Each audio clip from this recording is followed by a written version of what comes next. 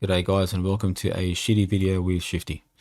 I'll get right into it. I've had a few questions thrown my way about why my chart is set up like this and what exactly all these lines are. So in summary, these are all Fibonacci levels. So these are Fib levels taken from a Pitchfork measurement, which is that thing right there. And these horizontal levels are just from your basic Fib retracement, but I go from top to bottom and I'll explain why in just a sec. So let's jump to a clean chart. Okay, that's not a clean chart. That is the one that I use for my Twitter posts, and that is usually the 1 hour. So this is actually a good point to explain. So the downside with this setup is that you have to set it up per time frame. So if I set it up for a 1 hour, like this one right here, and then I switch to daily, this is what happens, and it becomes really inaccurate. So if I want to look at a 1 hour time frame, I have to set it up specifically for the 1 hour. If I look at 4 hour, specifically for the 4 hour, etc., etc. Right. Actually, while I'm here, that's a pretty big bounce. So that could be a reversal right there. Might touch on that later. Maybe I'll do a quick TA at the end of this video, depending on how long it takes.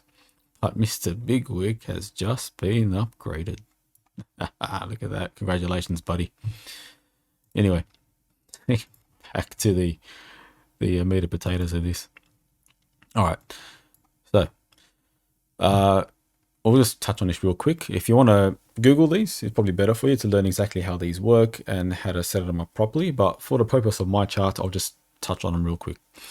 So to get the Pitchfork set up, you have 3 anchor points. So when you click that tool, you go 1 to drop an anchor, and this gives you a median line. So this is kind of like your line of best fit. It kind of determines the trend, right? Then what you got to do is find the channel.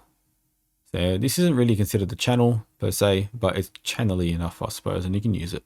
And I'll show you how. So what you do, you find a peak of the beginning of your channel, which is right there at that wick. And then you go to the trough at the beginning of your channel, which is right there at that wick. And you can see how these things line up. So what you want to do is just angle this.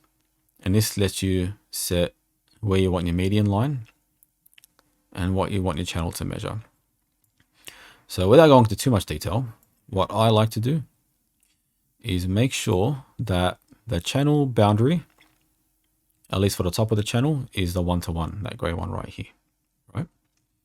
So that one, and I'll show you in the settings. So if you click on the tool, little settings thing pops up, go into there, and that gives you all your Fib levels. This is what it's measuring. Each one of those lines coincides with one of these numbers.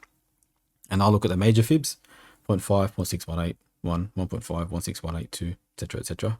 You get the point.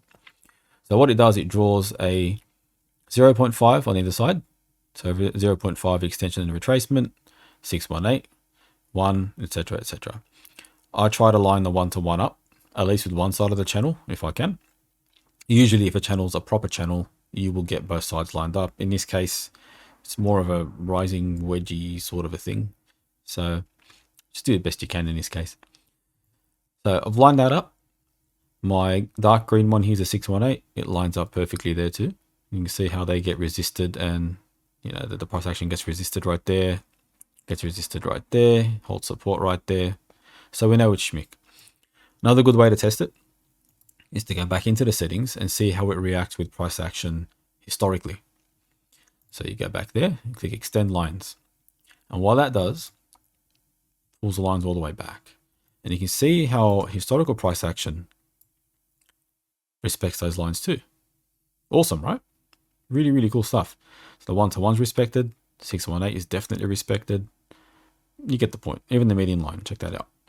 Right there. See how they hold it and get resisted by it? Really cool stuff. This is all done by bots and algorithms. They do most of the trading. That is why these Fib levels are respected. Kind of like a self-fulfilling prophecy to a degree. So let's jump out of that. So there's the Pitchfork tool. That's just a basic rundown on how to use it. And what I do for the retracement, because this is still pending, right? So we've got our waves up and they're still continuing up. We don't know where the top is yet. We have, for this to work, we have to have a reference of an actual top. In this case, we'll look at a historical one, which is still very relevant, and I'll show you why. So we go to the Fib retracement tool right there. We take the peak from the last high, last major high rather, right? And we draw down to the last major low.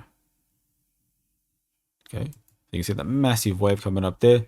We want to measure the end of that wave at the top and the lowest point it hit before our next run up.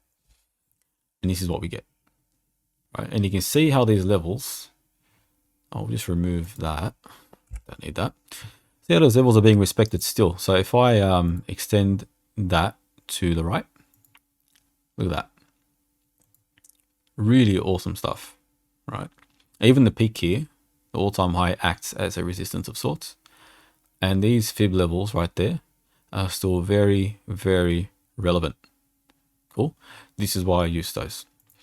So that's pretty much how I set up my charts. Now, if we go to the one I previously set up today, oh, not that one, the other one. Sorry, I'm a dickhead.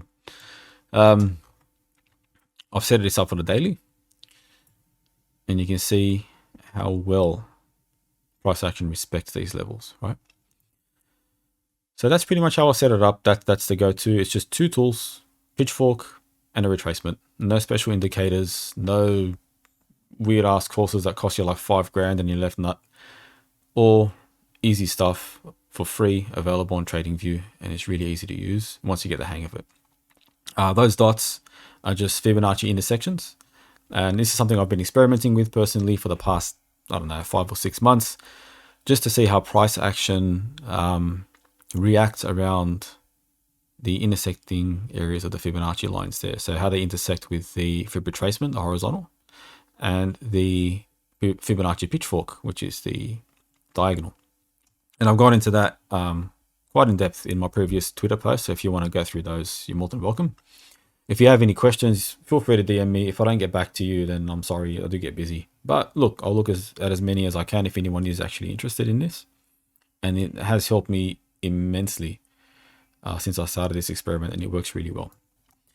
Alrighty guys, I hope that was educational enough. Hope the video wasn't too long. Hope you enjoyed it. And most importantly, don't get wicked.